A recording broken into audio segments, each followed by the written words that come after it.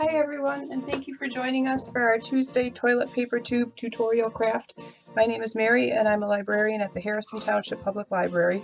And today I will be showing you how to make a little cat toy from your toilet paper tube. The supplies you'll need are a little punch to make a hole and a cat. You'll need a toilet paper tube, some string or shoelaces, and a pair of scissors. Before we get started, just remember never leave your cat unattended with a toy with a string on it. Make sure they're always supervised when they play with these toys because strings can be dangerous for cats. So what I did was I just took a toilet paper tube and I just cut a little shape out of it. And you'll see some people online just do a little fluting on the edges and call it a day.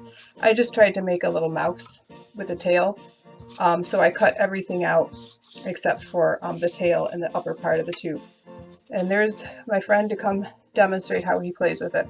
So after you cut it out, you just punch your little hole into the top of the tube and then tie your string inside the hole.